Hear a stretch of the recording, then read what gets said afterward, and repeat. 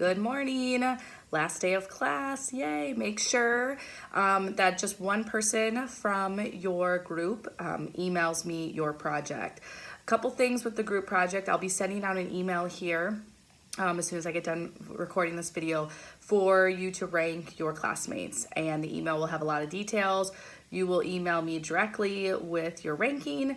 And if you don't turn it in, you actually lose the 5 points that you receive for just turning it in, okay? It'll be explained in the email. I look forward to getting your projects, and I will also send a reply once I receive them that I've received your project.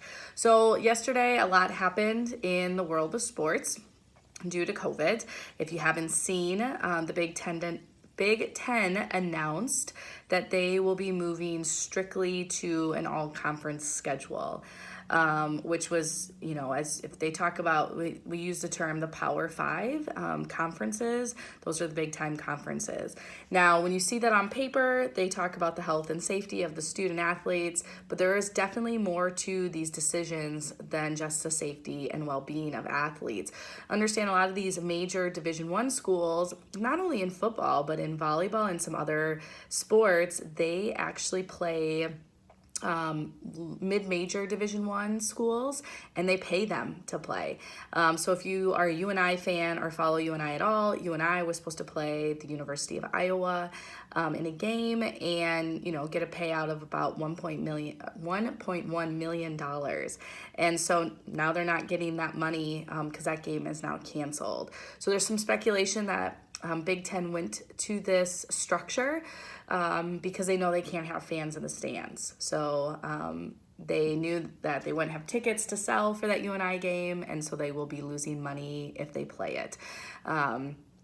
Others are standing by that they're doing it for the safety and well-being, but when you think about the Big Ten Conference and all the extensive travel that they're going to have to do just to play in-conference games, it seems like it would make a lot more sense to play UNI than to travel all the way out to, per se, like even a Northwestern or Michigan, okay? In some other news, when it came to COVID-19, there has been some other announcements with some other conferences in the Division III land. It's still very isolated, meaning that it's just institutions announcing. Carnegie Mellon out in Pittsburgh, they play in the conference, the UAA. It's similar to like WashU and the University of Chicago. They just recently canceled their fall seasons as well.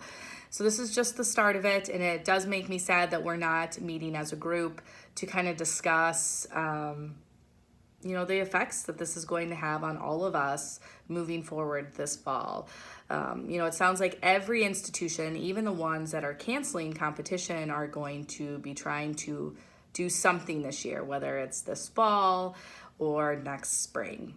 With this class, my hope is that you have learned that you need to continue to ask questions, okay?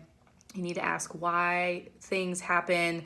Why do we do things a certain way, and not just kind of settle on the status quo, just settling on this idea of this is just how we've always done it.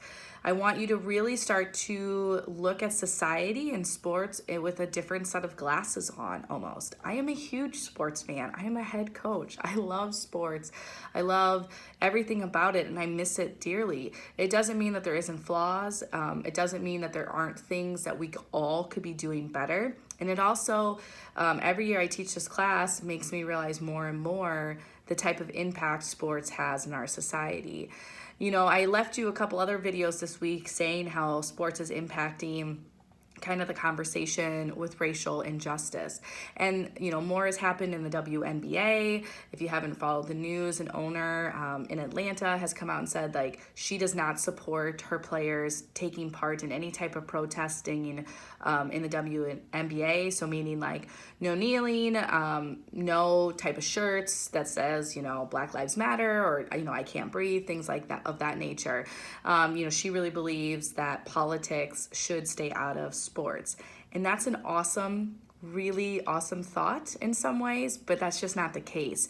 You can't pick and choose where politics and money and kind of stances come in with sports. And that's ultimately what she is deciding to do, because unfortunately sports is a place where all of these things that are happening in society, it's happening in sports as well. If you have any questions, or even throughout the summer, don't hesitate to contact me. I do think by August 1, a lot is going to happen, good, bad, or indifferent with sports.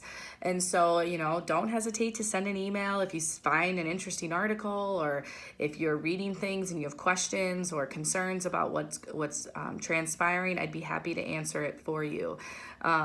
This time of teaching this class has been unique for me, because I still wanted to make sure that you got the general concepts and ideas behind our culture and how we view sports. But at the same time, I really think we're in a major shift in how we do things. The NBA, as we've kept talking about, they're just starting to report for training camp, and I've been seeing tweets about what they're getting fed. And then the WNBA, they haven't necessarily been treated the best as well. So there's just so much going on that we could talk for hours. I've appreciated all of your insight and your viewpoints, but I just continue to beg you, make sure that you are conscious of your vocabulary. Make sure that you start to really believe that you can be an agent of change and help our society be a better place, a place that is not only friendlier,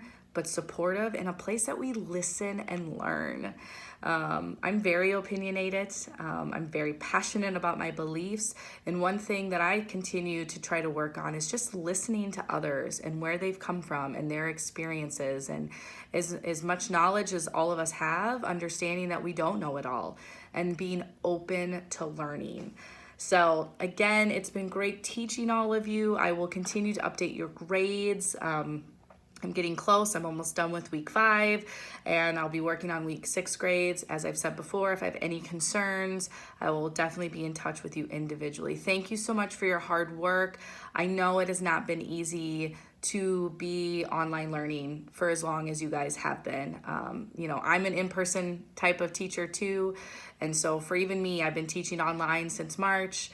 I'm looking forward to some personal interaction. So I really appreciate how hard you all have worked in your commitment to the class. So have a great rest of the summer. Please, please, please be safe. We all want to be back at Wartburg in a couple weeks. So make sure you're doing your part so that we can all return to campus. I'll be in touch soon.